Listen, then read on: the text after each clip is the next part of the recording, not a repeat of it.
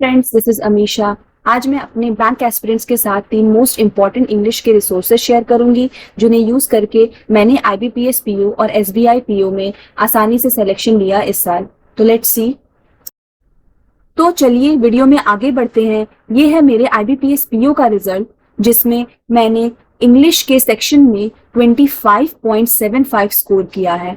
मैंने अटेम्प्ट तो 29 किया था, बट आई गॉट ओनली 25.75। मेरे शायद 2 या 3 क्वेश्चंस गलत हो गए, but I am happy with my score, क्योंकि 25.75 इस बार लाना काफी मुश्किल था, क्योंकि पेपर काफी टफ था प्रीलिम्स का, IBPS PO का। सो चलिए मैं आपको आगे स्ट्रैटेजी बताती हूँ कि मैंने कौन कौन से रिसोर्सेज यूज करके अपने इंग्लिश को बहुत स्ट्रॉन्ग कर लिया, ताकि मुझे इसमें कम से कम मेहनत करना पड़ा, लेकिन मेरे रिजल्ट्स काफी अच्छे आए हैं।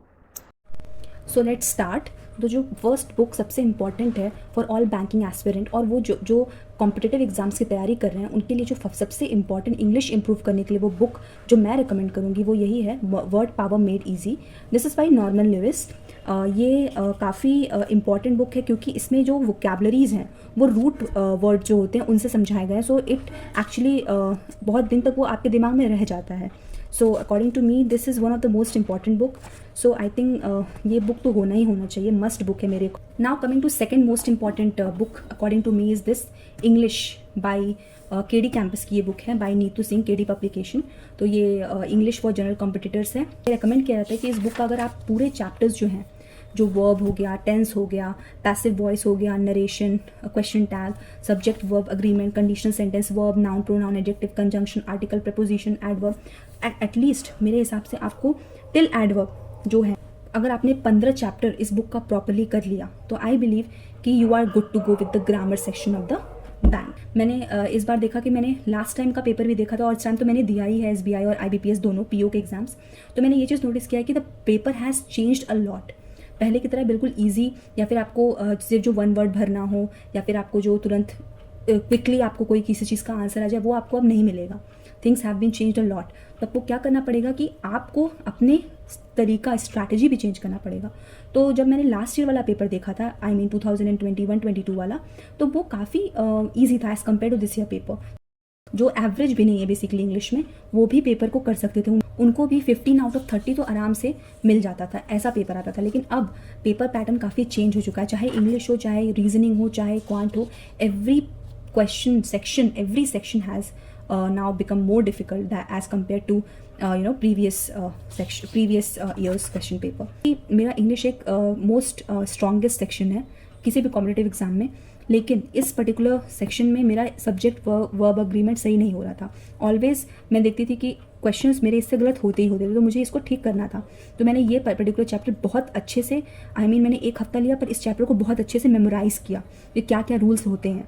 तो अगर आप एक बार रूल्स पढ़ लोगे तो आपको फालतू के जो आपके टाइम वेस्ट होता है आपका यूट्यूब पे या फिर कहीं और, वहाँ पे आपको वेस्ट नहीं करना पड़ेगा। आप वीडियो देखोगे, आप 10 वीडियो देखोगे, 15 वीडियो देखोगे, आपको लगेगा कि और देख लेते हैं, और इस चक्कर में आपका पूरा टाइम वेस्ट रहता है। आपको पता नहीं चलता है कि नोट्स में मैं बनाऊँ क्या। लास्ट में आपको नोट बनाने के लिए कुछ नहीं बचता है, और आपके पास फिर लगता है कि मुझे फिर से वीडियो देखना पड़ेगा। सो आपका वहाँ कहीं ना कहीं टाइम वेस्ट होता रहता है। तो don't go behind YouTube videos.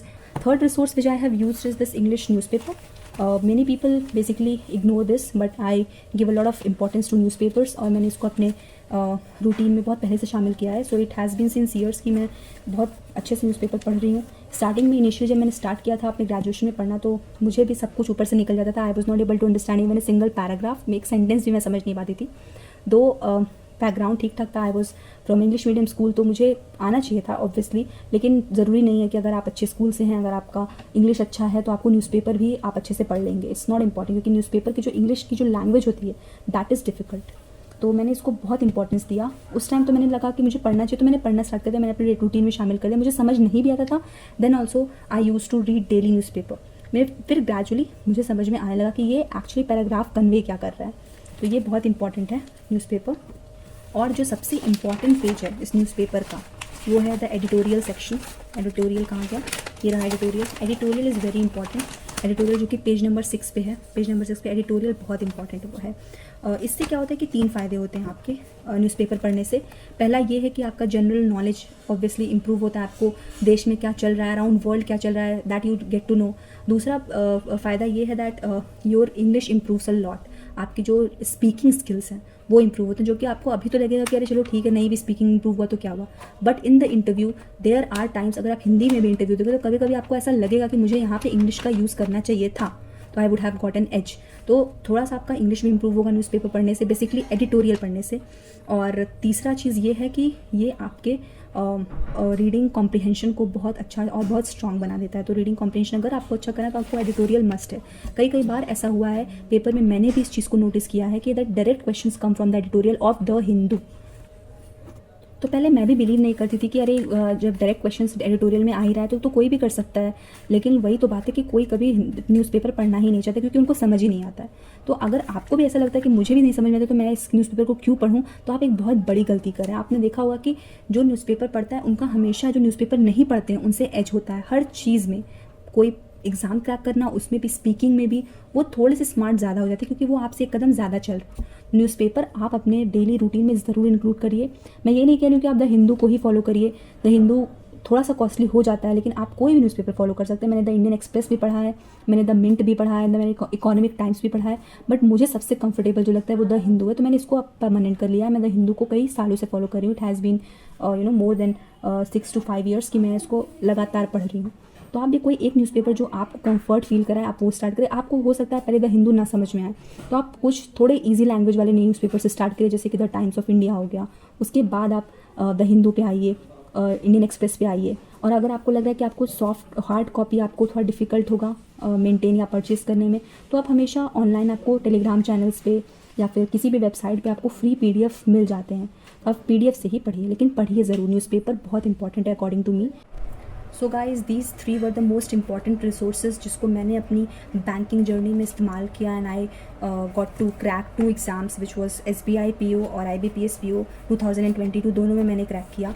सो ये सारी बुक्स काफ़ी इफ़ेक्टिव थी मेरे लिए। आप भी इसको स्टार्ट करिए, पढ़िए। इनिशियली आपको थोड़ा प्रॉब्लम आएगा, आपको समझ में भी मे बी ना आए, लेकिन आप अगर एक्सरसाइज करेंगे, रोज़ करेंगे इस बुक की and also you will read your newspaper daily, आपका इंप्रूवमेंट ज़रूर होगा। I guarantee you, and I guarantee you कि आप एक बार जब इसको करके फिर प्रैक्टिस करेंगे मॉक के थ्रू, आप ज़रूर उसमें इंप्रूवमेंट करेंगे। एंड लास्ट में आते आते आपका मोर देन 25 इंग्लिश में आना स्टार्ट हो जाएगा। मेरे जितने भी बैंकिंग फ्रेंड्स हैं उन्होंने भी बताया कि हम लोगों ने भी ये बुक यूज़ किया है। ऑलमोस्ट सारी बुक तो नहीं, बट मैक्सिमम लोगों ने ये इंग्लिश वाले बुक नॉर्मल लेवल्स की बहुत यूज़ करी है to improve their English from basics. तो इसको ज़रूर करिए आप लोग। To read newspapers, please make it a habit to read newspaper daily. आप अगर रोज़ पढ़ेंगे न्यूज़पेपर, आपको बहुत ज़्यादा अच्छा लगेगा, आपको बहुत ज़्यादा इंप्रूवमेंट दिखेगा विदिन 2 months। मैं आपको गारंटी देती हूँ, 1 month तो नहीं, क्योंकि 1 month तो आपको न्यूज़पेपर को पढ़ते पढ़ते समझने में ही लग जाएगा। आपको अगर अच्छे इंप्रूवमेंट चाहिए, आपको एक गारंटीड इंप्रूवमेंट चाहिए, please inculcate this in your daily routine. बहुत इंपॉर्टेंट न्यूज़पेपर पढ़ना। तो start reading newspaper, start reading these books, this English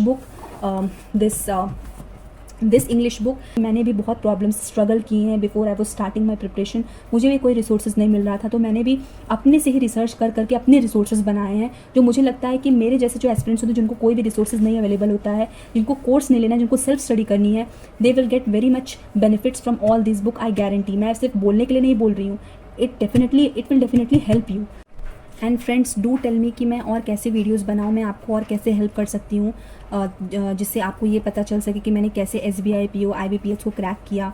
I definitely want to help you guys. तो आपको जो भी प्रॉब्लम आए, कोई अगर आपको मॉक से प्रॉब्लम आ रही हो, अगर आपको इन बुक्स को पढ़ने में प्रॉब्लम आ रही हो, आपको न्यूज़पेपर पढ़ने में प्रॉब्लम आ रही हो, कोई भी प्रॉब्लम हो, क्वांट को पढ़ने में प्रॉब्लम आ रही हो, आपको रीजनिंग में प्रॉब्लम आ रही है, please do tell me. I will definitely tell you my ways, क्योंकि मैंने बहुत सिंपल येट इफेक्टिव स्ट्रैटेजी को यूज़ किया था अपने सारे एग्जाम्स को देने के लिए। मैं कोई बहुत रिसोर्सेज लेकर पढ़ने वाले में से नहीं हूँ। मैंने लिमिटेड रिसोर्सेज यूज़ किया है और उसको मैंने बहुत इफेक्टिवली यूज़ किया है, सो दैट मैं अपने टाइम को सेव कर सकूँ और मुझे मैक्सिमम बेनिफिट भी मिल सके। सो अगर आपको कोई भी प्रॉब्लम आ रही है, आप मुझे कमेंट सेक्शन में ज़रूर कमेंट करिए, बताइए कि आपको किस टाइप की वीडियोस चाहिए, क्या मैं आपको और बताऊं कि आप अपनी लाइफ में उसको यूज़ करिए, और क्या मैं आपको और बताऊं कि आप उसको अपने प्रिपरेशन जर्नी में यूज़ करिए और अपने प्रिपरेशन को और ईजी और इफेक्टिव बना सकें। तो please guys do tell me. Till then keep practicing, keep stay healthy, bye bye.